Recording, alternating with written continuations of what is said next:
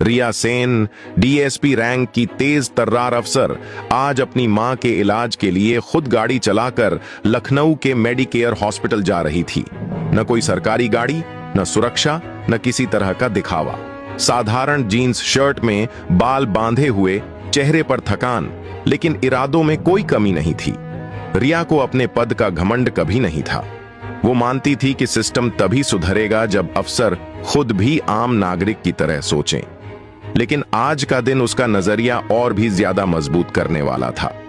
Highway पर कुछ दूर चलते ही एक बैरिकेडिंग नजर आई। दो पुलिस वाले सड़क के किनारे खड़े थे और बीच में एक हट्टा कट्टा इंस्पेक्टर अजय राणा। जैसे ही रिया बैरिकेड के पास पहुंची, उसने हाथ दिखाकर गाड़ी रुकवाई। ओ मैडम, गाड़ी साइड में लगाओ। उसकी आवाज में रौब था। रिया ने बिना सवाल किए गाड़ी साइड में लगाई। ड्राइविंग लाइसेंस दिखाओ।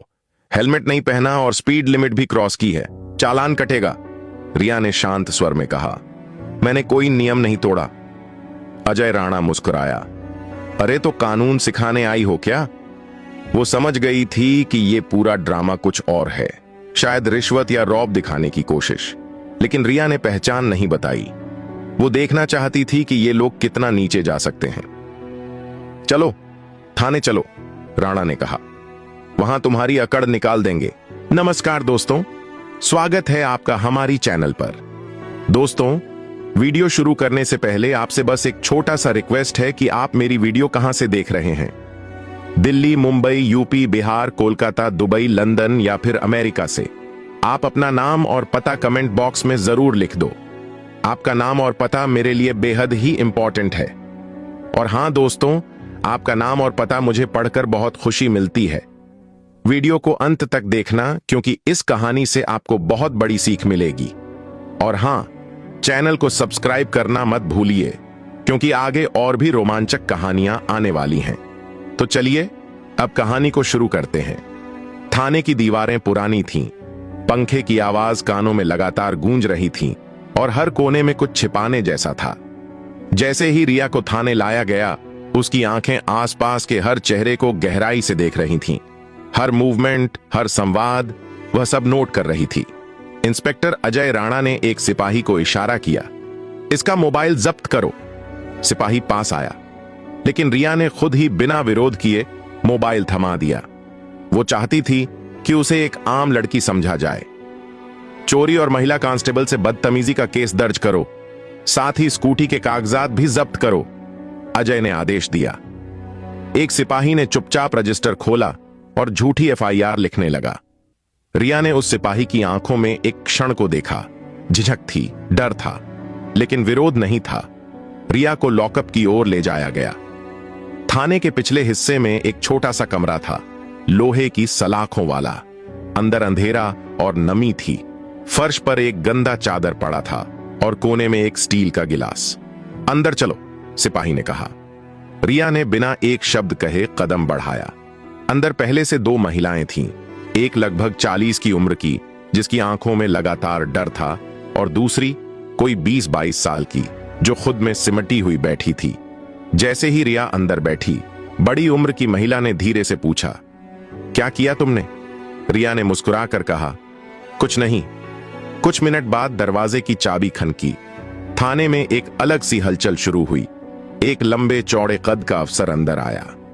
एसीपी राजीव ठाकुर। वर्दी बिल्कुल दुरुस्त, चाल में आत्मविश्वास और आंखों में सवाल। राजीव ने अंदर कदम रखा और सबसे पहले लॉकअप की तरफ देखा। उसकी नजर रिया पर पड़ी।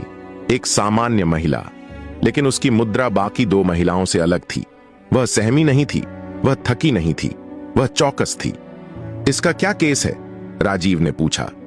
इंस्पेक्टर अजय ने सामने आकर कहा, सर, सड़क छाप लड़की है। चेकिंग के दौरान बदतमीजी की, महिला सिपाही से झड़प भी हुई। राजीव ने लॉकअप के पास जाकर रिया को ध्यान से देखा और पूछा, तुम्हारा नाम? रिया ने सिर उठाया और सीधे उसकी आंखों में देखा। रिया सेन, उसने ठहर कर कहा। DSP posted in Gorakhpur. मेरी ट्रांसफर फाइल आपकी टेबल पर है। कुछ पल के लिए पूरे थाने में सन्नाटा छा गया। राजीव ने तुरंत मोबाइल निकाला और कंट्रोल रूम को कॉल किया। डीएसपी रिया सेन का रिकॉर्ड और ट्रांसफर ऑर्डर भेजो, तुरंत। 5 मिनट में सब सामने था। अजय राणा, अब तुम फंसे हो, राजीव ने सख्त लहजे में कहा। रिया अब खड़ी हो चुकी थी। उसकी आंखों में वही तेज था जो एक ईमानदार अफसर के अंदर होता है। उसने कहा, मैंने जानबूझकर अपनी पहचान छिपाई क्योंकि मैं देखना चाहती थी कि तुम जैसे लोग आम जनता के साथ क्या करते हो। अजय की पेशानी पर पसीना था, लेकिन उसके चेहरे पर गुस्सा अभी भी बाकी था। सर, ये हमें फंसा रही है, इसका कोई रिकॉर्ड नहीं, राजीव ने बीच में टोका। अब चुप रहो और हां, लॉकअप से इन्हें तुरंत बाहर निकालो। रिया बाहर आई और उन 2 महिलाओं को देखते हुए बोली, आप लोग अब सुरक्षित हैं, मैं वापस आऊंगी। राजीव ने एक सिपाही को आदेश दिया, इस पूरे थाने की गतिविधियों की जांच शुरू करो। और यहीं से शुरू होती है रिया की असली लड़ाई, सिस्टम के उस अंधेरे हिस्से से जिसे उजाले में लाना अब जरूरी हो गया था। राजीव ठाकुर ने अपनी टेबल पर रखी फाइल को ध्यान से देखा। फाइल में रिया सेन का नाम, पद और हालिया ट्रांसफर आदेश स्पष्ट दर्ज था। उनके माथे पर हल्की सी शिकन उभरी। शायद खुद पर गुस्सा था कि उसने इस मामले को पहले गंभीरता से क्यों नहीं लिया। इसकी सूचना तत्काल डीसीपी को दो, उन्होंने सामने बैठे कांस्टेबल से कहा। अजय राणा अभी भी वहीं खड़ा था, लेकिन अब उसकी आवाज में रौब नहीं, बेचैनी थी। सर, मुझे नहीं पता था, राजीव ने उसकी बात को बीच में काटते हुए कहा। तुम्हें नहीं पता था या तुमने जानबूझकर अनदेखा किया? एक ईमानदार महिला को झूठे केस में फंसाया, उसके साथ धक्का मुक्की की और अब सफाई दे रहे हो। थाने में मौजूद बाकी सिपाही अब एक दूसरे का चेहरा देख रहे थे। किसी की हिम्मत नहीं थी बोलने की। रिया अब सामने आकर खड़ी हुई। उसकी आवाज साफ थी, लेकिन उसमें रोष भी था। मैंने अपनी पहचान छिपाई ताकि देख सकूं कि आपके नीचे काम करने वाले अधिकारी जनता के साथ कैसा व्यवहार करते हैं। यह सिर्फ मेरे साथ नहीं हुआ, यह हर उस लड़की के साथ हो रहा है जो अकेली होती है और जिसे यह सिस्टम कमजोर समझता है। राजीव ने सिर हिलाया। उन्होंने तुरंत एक नोटबुक निकाली और सब कुछ लिखवाना शुरू किया। घटना का समय, तारीख, आरोप और लॉकअप में डालने का पूरा सिलसिला। हम फोरेंसिक जांच भी करेंगे, CCTV footage, mobile call records, FIR entry time, सब। इस केस को दबाया नहीं जाएगा, उन्होंने कहा।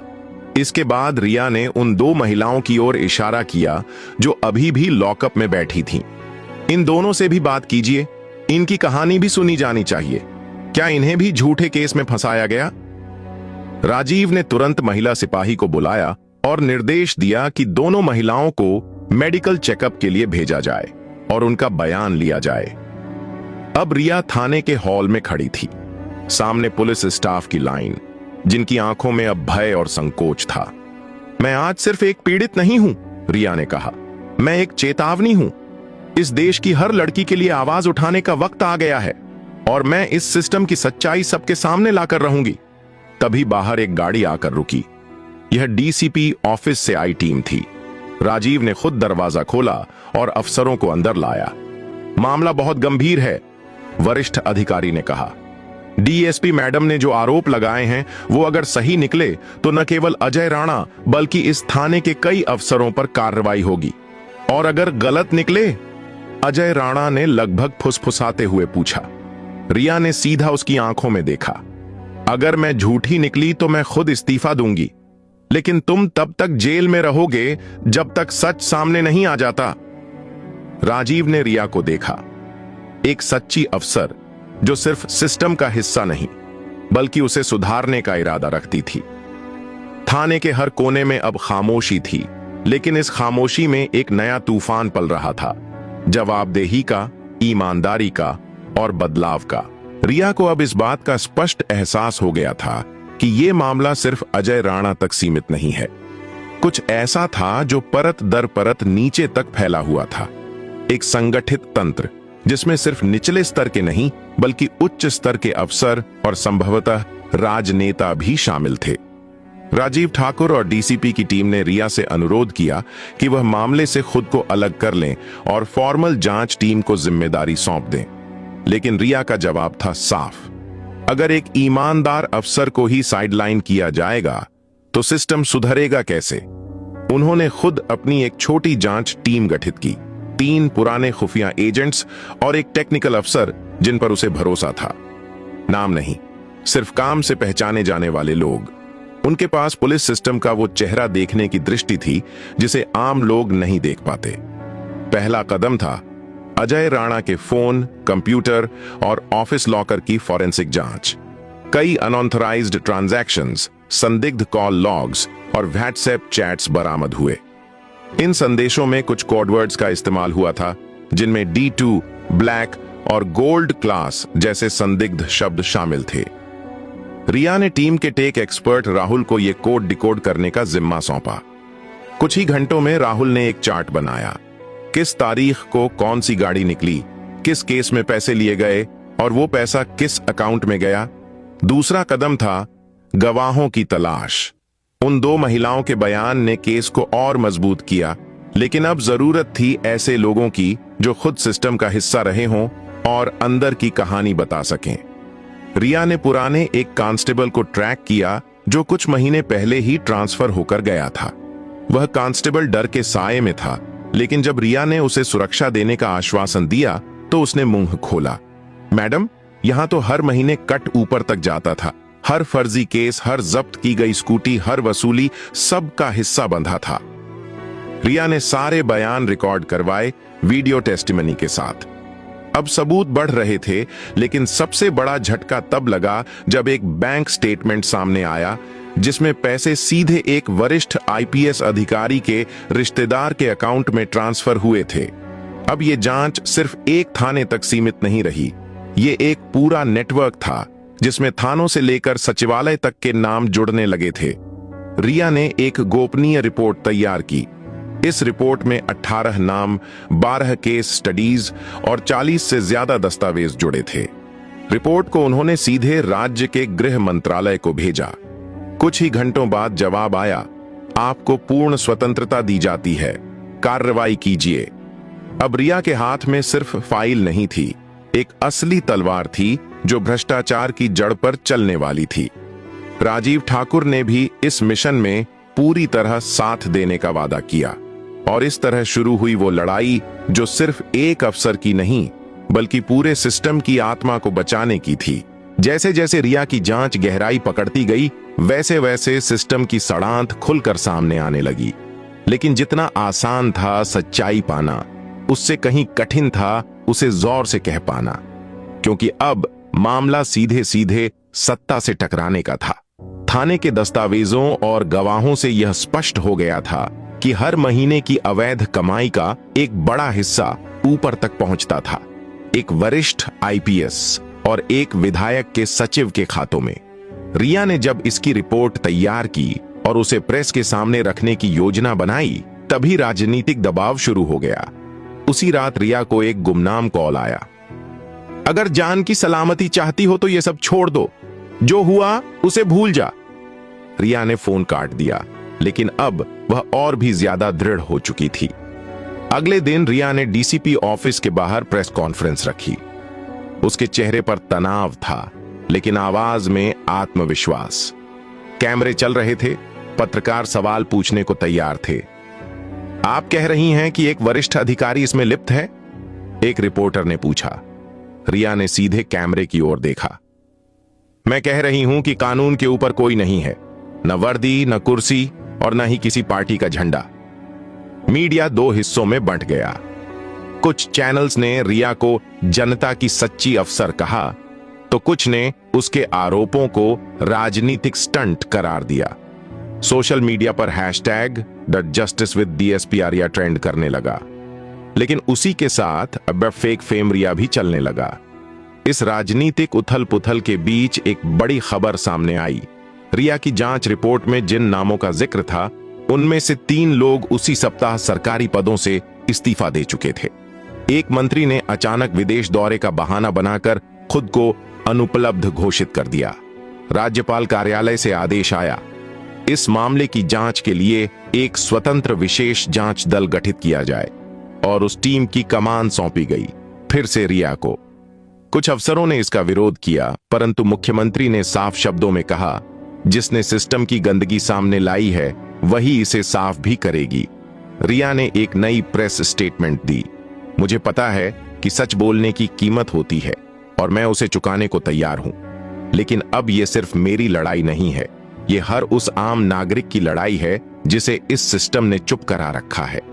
और इस तरह रिया एक अफसर से बढ़कर एक प्रतीक बन चुकी थी, उस आवाज का जो सच्चाई के लिए डटकर खड़ी थी, भले ही सामने पूरा सत्ता तंत्र क्यों न हो। अब तक के घटनाक्रम से रिया के भीतर जो आग जल रही थी वह अब पूरी तरह ज्वाला बन चुकी थी। उसे एसआईटी की कमान मिल चुकी थी और साथ ही मिली थी पूर्ण स्वतंत्रता। न किसी से अनुमोदन की जरूरत, न किसी प्रकार की रोक टोक, लेकिन जितनी खुली छूट उसे मिली, जिम्मेदारी भी उतनी ही भारी थी। रिया ने सबसे पहले टीम का पुनर्गठन किया। उसने भ्रष्टाचार मुक्त और दक्ष अधिकारियों की सूची तैयार कराई, जिनमें से 20 सबसे ईमानदार और तेज अफसरों को टीम में शामिल किया गया। टेक्निकल स्टाफ को दिल्ली से बुलवाया गया और फॉरेंसिक सपोर्ट के लिए हैदराबाद लैब से तालमेल किया गया। 18 दिन का समय है हमारे पास, रिया ने पहली मीटिंग में कहा। 700 फाइलें, 35 संदिग्ध नाम और 12 संवेदनशील केस, हर चीज को देखना है, पर सटीकता के साथ। काम दिन रात चला। रिया खुद रात 2 बजे तक ऑफिस में बैठती, दस्तावेजों की जांच करती, फाइलों में खो जाती। उसकी आंखों के नीचे काले घेरे जरूर आ गए थे, पर इरादे अब और चमकने लगे थे। एसआईटी की छापेमारी हर रोज नए खुलासे कर रही थी। एक ब्लैकमेलिंग रैकेट का नेटवर्क पकड़ा गया, जिसमें थानों से लेकर जिला कार्यालय तक की सांठगांठ सामने आई।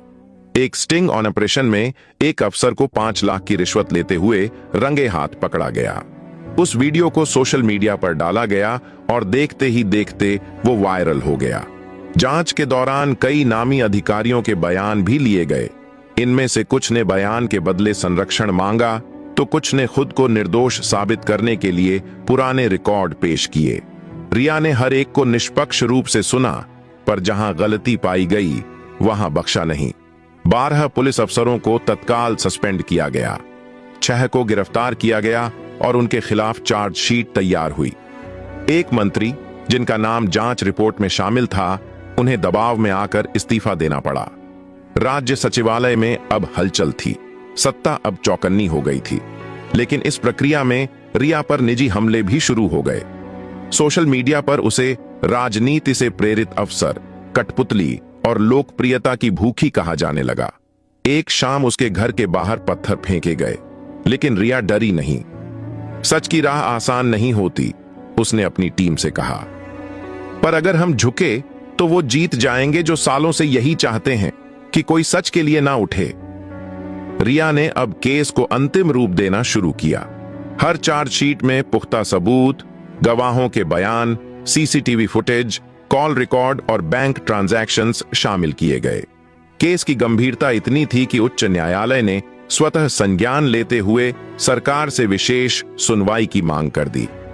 एसआईटी के अंतिम प्रेस ब्रीफिंग में रिया ने सिर्फ एक पंक्ति कही, अब बात अदालत की है, हमने अपना कर्तव्य निभा दिया है। और वास्तव में वह कर्तव्य इतना व्यापक था कि अब उसका असर पूरे राज्य की पुलिस और प्रशासनिक प्रणाली पर साफ दिखने लगा था। रिया की कार्रवाई अब अदालत के दरवाजे तक पहुंच चुकी थी, लेकिन असल हलचल तब मची जब एसएसपी स्तर के अधिकारी को गिरफ्तार करने का आदेश जारी हुआ। यह वही अधिकारी था जिसका नाम रिया की रिपोर्ट में सीधे तौर पर जुड़ा हुआ था और जिनके इशारों पर कई वर्षों से भ्रष्टाचार फल फूल रहा था। गिरफ्तारी की सूचना जैसे ही लखनऊ पुलिस हेडक्वार्टर पहुंची, वहां अफरा तफरी मच गई। अधिकारी की छवि सख्त जरूर थी, लेकिन उसके संबंध बहुत ऊपर तक थे। रिया के पास इस बार पुख्ता सबूत थे, कॉल रिकॉर्ड, ट्रांजैक्शन स्टेटमेंट्स और 2 स्वतंत्र गवाह। रिया खुद टीम के साथ उनके बंगले पर पहुंची। मीडिया को पहले से जानकारी नहीं दी गई थी। दरवाजा खोला गया, सामने एसएसपी खुद खड़े थे, चेहरे पर अजीब सा संतुलन, न डर न हिम्मत। क्या आप जानते हैं कि आप पर क्या आरोप है? रिया ने पूछा। जानता हूं, उन्होंने जवाब दिया, और जानता हूं कि यह खेल यहां खत्म नहीं होगा। मैं अकेला नहीं हूं। रिया ने उन्हें हिरासत में लेने का आदेश दिया। जैसे ही उन्हें बाहर लाया गया, मीडिया को सूचना लीक हुई। कैमरे चमकने लगे, माइक दौड़ने लगे और टीवी स्क्रीन पर ब्रेकिंग न्यूज चलने लगी। एसएसपी गिरफ्तार, भ्रष्टाचार की जांच ने लिया बड़ा मोड़। हिरासत में ले जाने के बाद एसएसपी ने बयान दिया, मैं तो एक मोहरा हूं, असली चाल तो दिल्ली और राजधानी के कुछ लोगों ने चली थी। नाम चाहिए? लिखिए, आईजी साहब। यह सुनते ही पूरा महकमा सन्न रह गया। रिया जानती थी कि यह बयान मामूली नहीं था। यह जांच अब राज्य नहीं बल्कि केंद्रीय सत्ता के करीब पहुंच चुकी थी। अगले ही दिन मुख्यमंत्री की विशेष मीटिंग बुलाई गई। उसमें स्पष्ट कहा गया, यदि हम खुद अपने सिस्टम को साफ नहीं करेंगे तो जनता कभी भरोसा नहीं करेगी। इस बीच केंद्रीय गृह मंत्रालय से एक लेटर आया।